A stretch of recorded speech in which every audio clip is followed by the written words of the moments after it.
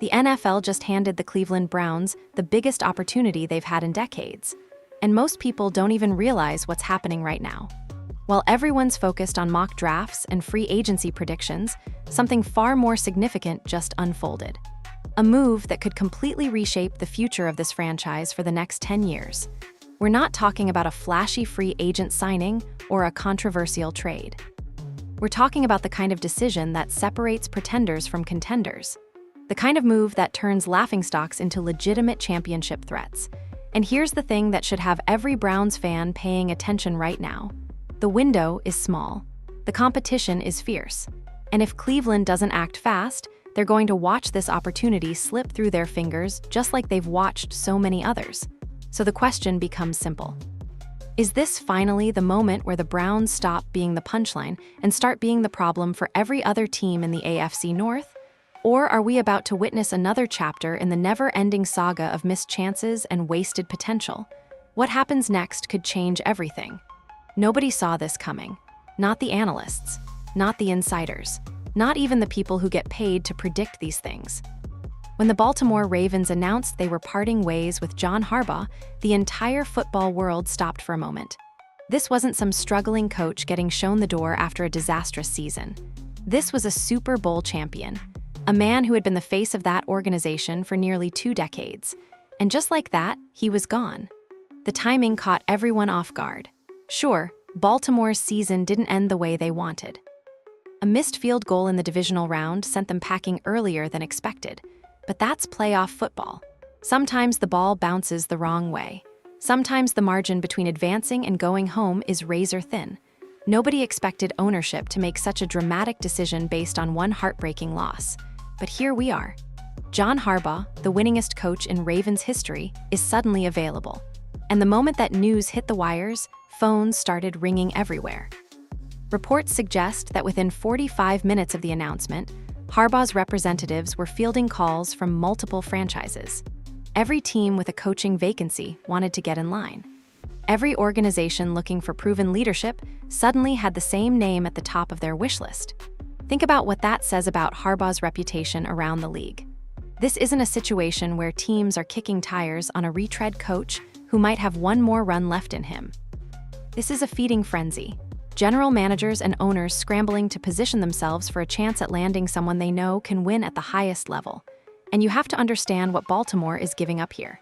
Since Harbaugh took over in 2008, the Ravens have been one of the most consistently competitive franchises in professional football. They haven't just been good, they've been excellent. 12 playoff appearances in 17 seasons, 4 trips to the AFC Championship game. A Super Bowl victory that silenced every doubter who questioned whether Joe Flacco could perform on the biggest stage. That kind of sustained success doesn't happen by accident. It happens because of culture. It happens because of leadership. It happens because the person running the show understands how to maximize talent, develop players, and keep an organization pointed in the right direction year after year. And now that person is looking for his next challenge. The Ravens apparently decided it was time for a change. They chose to build around Lamar Jackson with a new voice, a fresh perspective. That's their prerogative. Organizations make these decisions all the time. Sometimes a relationship simply runs its course, no matter how successful it's been. Sometimes both sides need something different to reignite that competitive fire. But Baltimore's loss could be someone else's massive gain, because John Harbaugh isn't just available, he's motivated. He's got something to prove. He wants to show the world that he's still one of the elite coaches in this sport. And the team that lands him isn't just getting a coach. They're getting a man on a mission.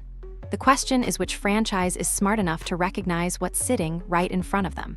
Which owner is bold enough to make the move that could transform their entire organization. Which front office is willing to do whatever it takes to bring Harbaugh into their building and let him work his magic. Because make no mistake about it, Harbaugh isn't going to sit around waiting for the perfect situation to fall into his lap. He's got options, plenty of them. Teams are lining up with checkbooks open and pitches ready. The Raiders have the number 1 overall pick. The Jets have been searching for stability for what feels like forever. The Saints need a complete organizational reset. Every one of those franchises would love to have Harbaugh leading their team. Every one of them is going to make their best offer and hope it's enough to close the deal. And somewhere in that mix, there's one team that has something the others don't. One team with a connection that goes deeper than contracts and draft picks. One team that could offer Harbaugh something money can't buy. That's where Cleveland enters the conversation. And once you understand the full picture, you'll realize why this might be the most important coaching search in Browns history. This isn't just about finding someone to call plays and manage a roster. This is about finding the right person at the right time for the right reasons. But before we get into why Cleveland makes so much sense, you need to understand something about John Harbaugh that most casual fans don't know. Something that changes the entire dynamic of this situation and makes the Browns a legitimate frontrunner despite all the competition they're facing. And trust me, once you hear this, you'll understand why people are saying this could be destiny calling. Here's what the national media keeps overlooking. John Harbaugh isn't just some coach who might consider Cleveland as an option. He has roots here, deep roots. The kind of roots that make this more than just a business decision. The kind of connection that could make Cleveland the frontrunner in ways that have nothing to do with money or roster talent. John Harbaugh was born in Toledo, Ohio. That's not speculation. That's not a rumor. That's a verifiable fact that changes the entire equation of this coaching search. We're talking about a man who grew up in the Buckeye State, who spent his formative years surrounded by Ohio football culture, who understands what sports mean to people in this part of the country in ways that outsiders simply can't grasp. But it gets even more interesting when you look at the family history. His mother is from East Cleveland. She graduated from Shaw High School, right in the heart of the community that has supported the Browns through thick and thin for generations. The Harbaugh family isn't just familiar with Cleveland. They're connected to it on a personal level that runs back decades. And according to multiple reports, the entire Harbaugh family are lifelong Browns fans. Let that sink in for a moment. The best available coach in football, a Super Bowl champion with a Hall of Fame caliber resume, grew up rooting for the same team that's now searching for its next leader. You can't script something like this. You can't manufacture this kind of narrative. It either exists or it doesn't. And in this case, it absolutely exists. Now, some people might dismiss this connection as irrelevant. They might argue that professional coaching decisions are based on football factors, not sentimental attachments. And to some extent, that's true. Harbaugh isn't going to take a bad job just because he has family ties to the area. He's too smart for that. He's too accomplished to make decisions based purely on emotion. But here's what those skeptics are missing. When multiple teams are offering similar packages, when the football situations are relatively comparable, the intangible factors start to matter. The emotional elements become tiebreakers. And Cleveland has an emotional advantage that no other team in this search can match. Think about it from Harbaugh's perspective. He's 63 years old. He's already won a Super Bowl. He's already established himself as one of the great coaches of his generation. At this point in his career, he's not just chasing money or titles. He's thinking about legacy. He's thinking about what story he wants to tell with whatever years he has left in this profession. And what better story is there than coming home? What better narrative exists than returning to your roots and bringing a championship to a city that's been waiting longer than almost any other in professional sports? What could possibly be more meaningful than ending decades of suffering for fans who share your background, your upbringing, your connection to this place? Cleveland isn't just offering John Harbaugh a job.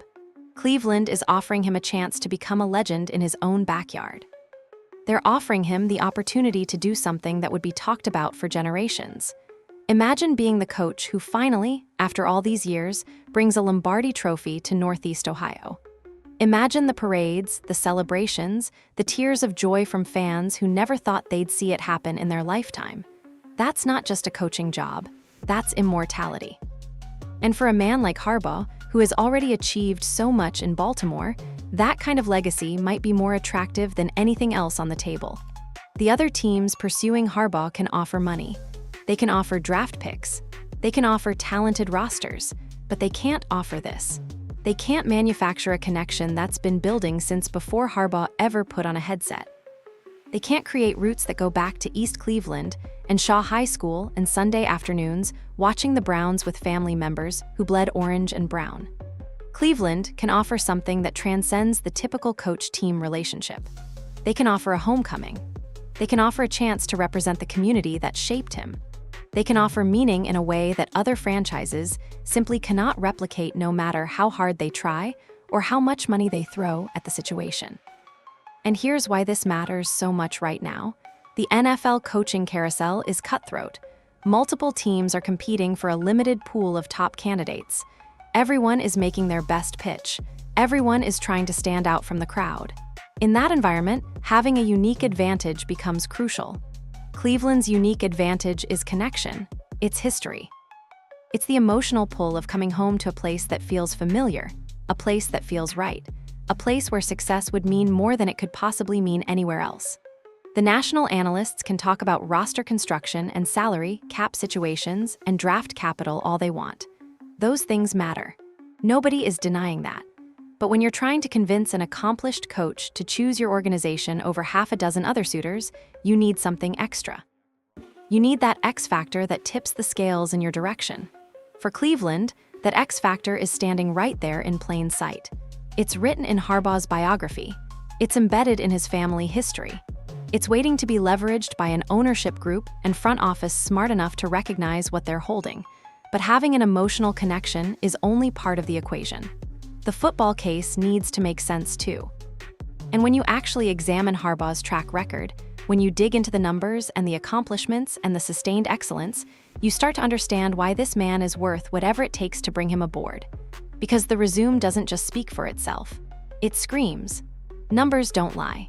And John Harbaugh's numbers are absolutely staggering when you put them in proper context. We're not talking about a coach who had one good season and rode it for years. We're not talking about someone who benefited from a loaded roster and coasted on talent. We're talking about sustained, consistent, elite-level performance across nearly 2 decades in one of the most competitive divisions in football. 180 wins, 113 losses. That's a winning percentage north of 60% over 17 seasons. In a league built on parity, where every team is supposed to have a fair shot, where the salary cap and draft structure are designed to prevent dynasties, Harbaugh managed to win more than 6 out of every 10 games for almost 20 years. That's not just impressive. That's borderline unprecedented for coaches in the modern era. But the raw win total only tells part of the story. What really separates Harbaugh from the pack is how often he delivered when it mattered most. 12 playoff appearances in 17 seasons. That means more than 70% of his years in Baltimore ended with postseason football. 70%.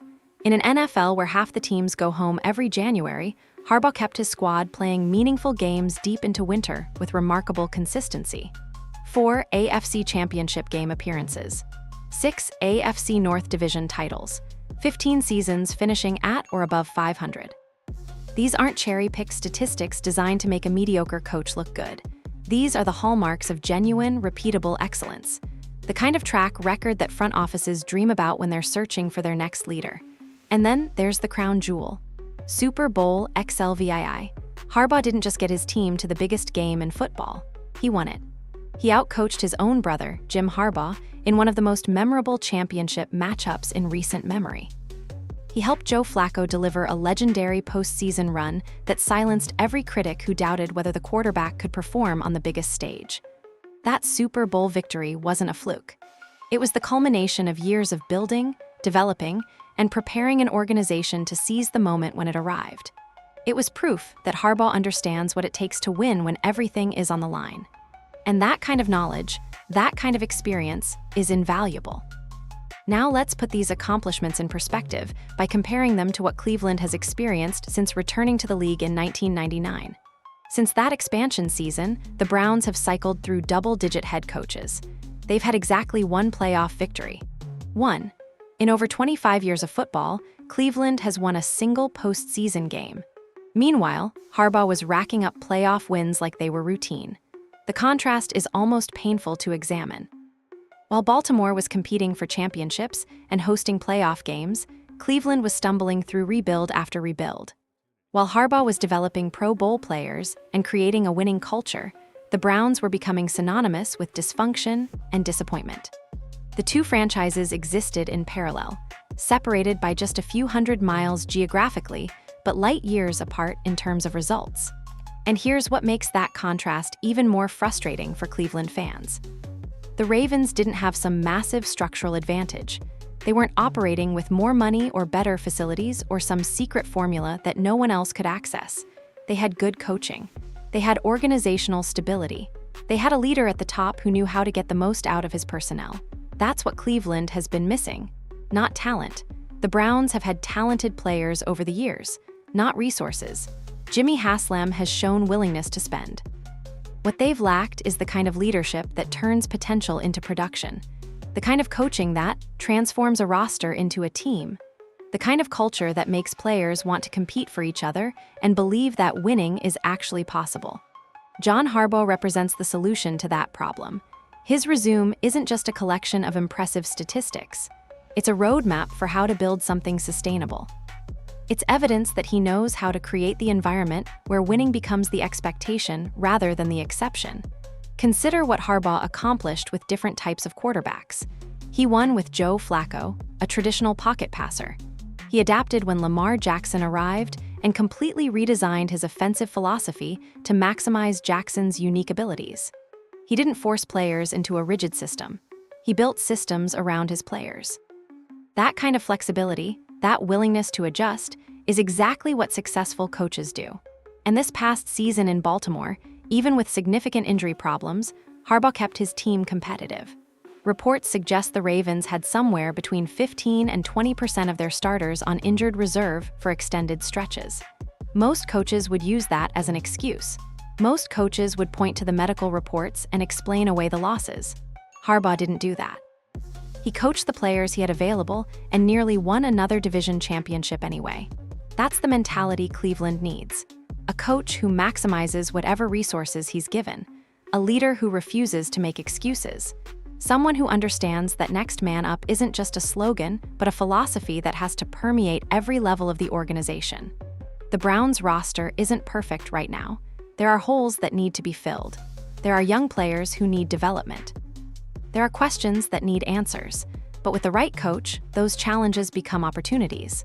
With the right leadership, rebuilding years can still be competitive. With the right culture, young players develop faster and veterans buy in deeper. John Harbaugh has proven over and over again that he's capable of creating that environment. His resume doesn't just suggest he can do it. It screams that he's already done it repeatedly for 17 consecutive years. And now the question becomes whether Cleveland can pair that coaching excellence with the right quarterback to take full advantage of the opportunity. Because there's someone in this draft class who might be the perfect fit. This is where the whole picture starts coming together in a way that should excite every Cleveland fan paying attention. Because landing John Harbaugh isn't just about getting a great coach. It's about pairing that coach with the right quarterback. And this draft class might be presenting the Browns with an opportunity that perfectly complements everything Harbaugh brings to the table. Andrew Berry has made it abundantly clear. Addressing the quarterback position is priority number one for this organization. That's not reading between the lines. That's straight from the general manager himself. Cleveland knows they have a problem under center, and they're committed to solving it. The question has always been how. Enter Shedeur Sanders. The Colorado quarterback has been generating serious buzz throughout the evaluation process. And from what multiple sources suggest, the Browns organization has seen things from him that genuinely excite them. This isn't casual interest. This is serious consideration of a player who might represent the future of the franchise. Now, before we go further, let's be clear about what makes Shedeur different from typical college quarterbacks entering the draft. This young man has been groomed for professional football since before he could drive a car. His father is Deion Sanders, not just a Hall of Fame player, but one of the most competitive, driven, success-oriented athletes in the history of professional sports. Shedeur didn't just grow up around football. He grew up in a laboratory designed to produce NFL-caliber talent. The results speak for themselves. Watch Shedeur play, and you're not watching a college quarterback. You're watching someone who already operates like a seasoned professional. His pre-snap reads are advanced beyond his years. His adjustments at the line of scrimmage show an understanding of defensive schemes that typically takes years to develop. His poise under pressure, his ability to process information quickly and make decisions in tight windows, these are traits that can't be taught. They're either there or they're not. And with Shedeur, they're absolutely there. Now imagine pairing that kind of prospect with John Harbaugh. Think about what Harbaugh has done with quarterbacks throughout his career. Joe Flacco arrived in Baltimore as a first-round pick with questions about his ceiling. Harbaugh developed him into a Super Bowl MVP. Lamar Jackson entered the league with critics everywhere questioning whether he could succeed as a passer at the professional level. Harbaugh turned him into an MVP and silenced every doubter. That's the pattern. Harbaugh takes quarterbacks with talent and potential and turns them into the best versions of themselves. He creates systems that highlight their strengths. He puts them in positions to succeed. He protects them while they're learning and pushes them when they're ready to take the next step. For a young quarterback like Shedeur, entering a situation with Harbaugh at the helm would be ideal. He wouldn't be thrown into chaos. He wouldn't be asked to save a dysfunctional organization by himself. He would be entering a structured environment with a proven developer of quarterbacks calling the shots. That's the recipe for success. That's how you turn promising prospects into franchise cornerstones. And here's what people need to understand about Shedeur's preparation that separates him from most college quarterbacks. He's been operating in an NFL-style offense at Colorado. The schemes he's running, the reads he's making, the progressions he's working through, these mirror what he'll see at the professional level far more than what typical college systems provide. The transition to the NFL shouldn't require a complete rewiring of his football brain. The foundation is already there. Plus, there's the mental side. Growing up as Dayan's son means growing up in a pressure cooker. Every game, every throw, every decision has been scrutinized and analyzed. Playing in the spotlight isn't something Shedeur will have to adjust to. It's something he's been dealing with his entire football life. That kind of conditioning matters. When the pressure intensifies at the professional level, players who have experienced that environment before tend to handle it better than those who haven't. Cleveland's fan base is hungry for a franchise quarterback. They've watched other organizations find their guy while cycling through disappointment after disappointment. Baker Mayfield showed flashes, but ultimately didn't work out. The Deshaun Watson situation has become a nightmare that nobody saw coming. The Browns need a reset. They need someone who can be the face of the franchise for the next decade. They need a reason to believe again. Shedeur Sanders could be that person. And John Harbaugh could be the coach who helps him reach his full potential. The synergy between those two components is exactly what successful franchises build around. Think about the great coach-quarterback partnerships in recent NFL history. Andy Reid and Patrick Mahomes, Sean McVay and Matthew Stafford, Kyle Shanahan and Brock Purdy. The common thread is a coach who knows how to maximize quarterback talent working with a signal caller who has the skills to execute the vision. Cleveland has a chance to create their own version of that partnership. Harbaugh's track record proves he can develop quarterbacks. Shedeur's talent suggests he has the tools to become a star. Put those two together in an organization committed to winning, and suddenly the Browns don't look like a rebuilding project. They look like a team on the verge of something special. The pieces are sitting there, waiting to be assembled. A proven championship coach looking for his next opportunity. A polished quarterback prospect ready to prove he belongs at the highest level. A franchise desperate for stability and success. An owner willing to spend whatever it takes to turn things around. All that remains is for Cleveland to actually execute, to make the moves, to close the deals, to put ego aside and recognize that the path forward is sitting right in front of them. But that execution requires resources. It requires commitment. It requires the kind of financial investment that separates serious contenders from pretenders. And that's where the money conversation becomes unavoidable. Let's talk about what it's actually going to take to make this happen. Because in the NFL, nothing comes free. Elite coaches command elite compensation. And if Cleveland wants to land John Harbaugh, they're going to have to open the checkbook in ways that might make accountants uncomfortable. The rumors floating around are staggering. Some reports suggest that Jimmy Haslam might be prepared to offer something in the neighborhood of $200 million to bring Harbaugh to Cleveland. Now, to be absolutely clear, those specific numbers haven't been verified. This is speculation based on whispers and sources who claim to have knowledge of the situation. Nobody has confirmed exact figures or contract terms, but here's what we can say with confidence. Whatever it takes to outbid the competition, Cleveland needs to be willing to pay it. Because John Harbaugh isn't going to come cheap. He knows his value. His representatives know his value. And with multiple franchises lining up to make offers, there's no reason for him to accept anything less than market-setting compensation. Think about the context.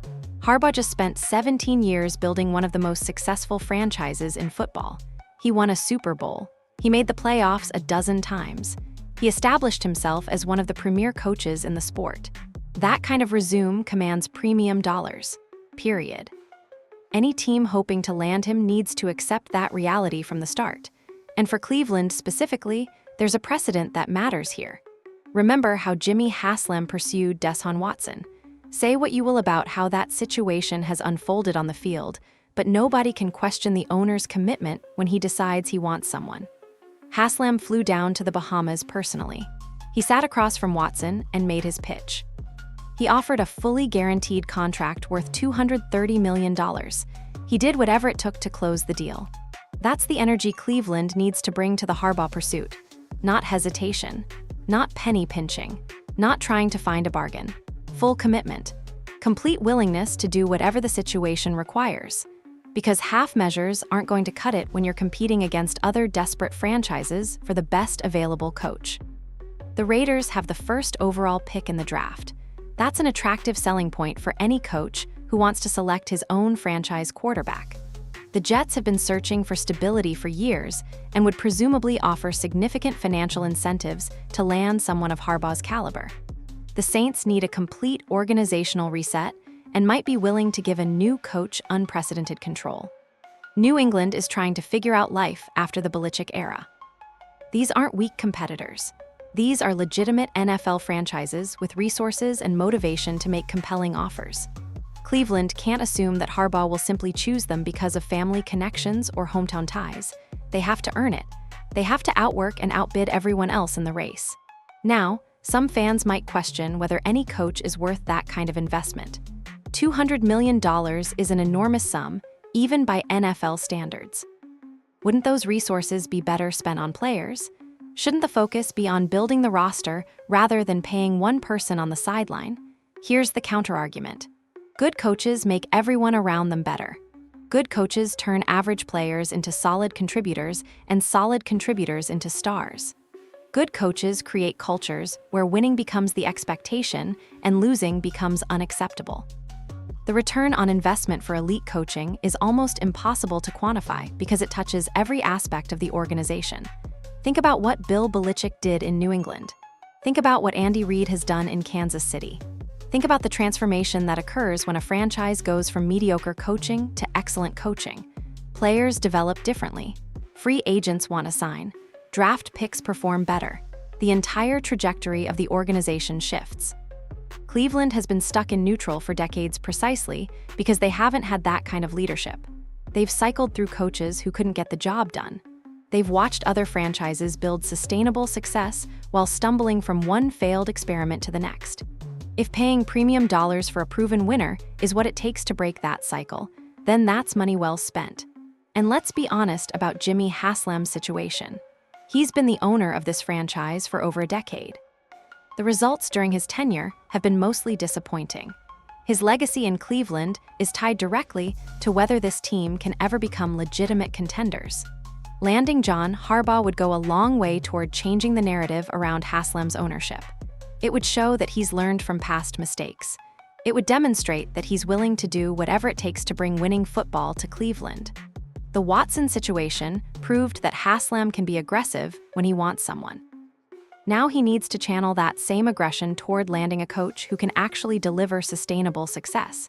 Not just one playoff appearance, not just one decent season. Sustained, repeatable excellence that makes Cleveland a destination franchise rather than a punchline. The financial commitment is just one piece of the puzzle. Money alone won't convince Harbaugh to choose Cleveland over the other suitors. But it's a necessary foundation. It signals seriousness. It demonstrates commitment.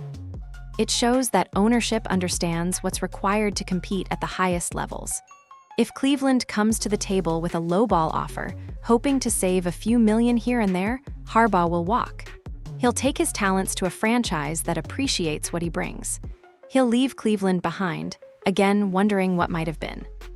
But if Haslam approaches this with the same determination he showed in the Watson pursuit, if he makes it clear that money is no object when it comes to landing the best available coach, then Cleveland stays in the conversation. Then the emotional connections and family ties get a chance to work their magic. Then the pitch about legacy and homecoming actually resonates. Because ultimately, money gets you to the table. But something else has to close the deal. And Cleveland has something that no amount of dollars can buy. Here's where Cleveland's advantage becomes undeniable. In a competition where multiple teams are offering similar contracts, similar roster situations, similar visions for the future, the intangible factors start to matter. The emotional elements become the tiebreaker. And on that front, no team can match what Cleveland represents for John Harbaugh. Other franchises can offer money. Cleveland can offer meaning. Other teams can promise resources. Cleveland can promise purpose. Other organizations can pitch opportunity. Cleveland can pitch legacy. There's a fundamental difference between taking a job and coming home. And for Harbaugh, Cleveland isn't just another destination. It's where his story began. The Raiders might have the first overall pick, but they can't offer roots in Toledo. The Jets might have big market appeal, but they can't offer a mother who graduated from Shaw High School. The Saints might have a passionate fan base, but they can't offer the chance to bring a championship to the community that shaped who Harbaugh is as a person. That's Cleveland's pitch. That's the card nobody else can play. And if Jimmy Haslam is smart, if he truly understands what motivates people at this level, he'll lean into that narrative harder than anything else during his conversation with Harbaugh. Think about what it would mean for Harbaugh to win in Cleveland. Not just what it would mean for the organization or the fans, what it would mean for him personally. He's already won a Super Bowl. He's already cemented himself as one of the great coaches of his era. He doesn't need another championship to validate his career, but bringing a title to Cleveland, that would be different. That would be historic. That would be the kind of accomplishment that transcends football and enters the realm of folklore. Cleveland Browns fans are among the most loyal, passionate, and long-suffering in all of professional sports. Generations of families have passed down their love for this team, through heartbreak after heartbreak, through seasons that tested even the most devoted supporters. These people deserve to experience what other fan bases take for granted. They deserve a parade. They deserve a championship. They deserve to finally celebrate after all those years of disappointment. And imagine being the man who delivers that to them. Imagine walking down the streets of Cleveland as a conquering hero. Imagine seeing your face painted on murals, your name chanted in bars, your legacy celebrated for decades after you've retired. Imagine having a statue outside the stadium someday, not because you played the game at an extraordinary level, but because you brought the whole city together in victory. That's what's on the table for John Harbaugh in Cleveland. Not just a coaching job. Not just a paycheck. Immortality. The chance to become a legend in the place where his family roots run deepest. Other teams can't compete with that pitch because they don't have the same history. They don't have the same connection. They're offering business transactions while Cleveland is offering something sacred. A chance to come home and change everything. And Harbaugh is at the stage of his career where these considerations genuinely matter. He's not a young coach trying to establish himself. He's not someone chasing his first big break. He's already accomplished more than 99% of coaches who ever stand on an NFL sideline. The question for him now isn't about proving he belongs. It's about choosing where his final chapter gets written. Does he want that chapter written somewhere random, coaching a team that he has no connection to, working for owners he doesn't know, in a city that means nothing to him personally? Or does he want that chapter written in Cleveland, coaching the team his family has loved for generations, representing a community that shaped his mother and influenced his upbringing? The answer should be obvious. And if Cleveland presents the opportunity correctly, if they frame this as more than just a football decision, Harbaugh will see what everyone else is starting to see. This isn't just a coaching search. This is destiny knocking on the door. Money matters. Roster construction matters. Organizational support matters. But legacy matters more.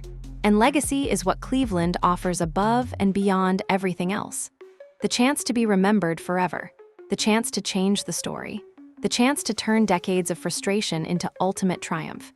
Jimmy Haslam needs to paint that picture when he sits across from Harbaugh.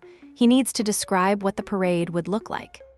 He needs to talk about what it would feel like to stand on that stage, holding that trophy, looking out at millions of fans who finally got to experience what they'd been dreaming about their whole lives. If Haslam can make Harbaugh see that vision, if he can make it feel real and achievable, the other teams don't stand a chance. Because they're selling jobs. Cleveland is selling immortality. They're offering contracts. Cleveland is offering a place in history. The question is whether Cleveland's leadership understands how to leverage this advantage, whether they recognize that their strongest card isn't financial resources or draft picks or roster talent. Their strongest card is meaning. Their strongest card is purpose. Their strongest card is home. But having an advantage and using it effectively are two different things. Cleveland has historically found ways to mess up even the most promising situations. They've let opportunities slip away. They've overthought decisions that should have been simple. They've tried to be clever when they should have been direct. And that pattern of behavior is the one thing standing between the Browns and the franchise, altering opportunity sitting right in front of them. Because if history repeats itself, if the same mistakes get made again, this window closes and another generation of fans is left wondering what might have been. This is where things get uncomfortable for anyone who's watched Cleveland operate over the past 2 decades, because the Browns have a pattern. A frustrating, maddening, almost inexplicable pattern of taking straightforward situations and making them unnecessarily complicated. And if that pattern shows up during this coaching search, everything we've been discussing becomes irrelevant. Cleveland has historically tried to be the smartest people in the room.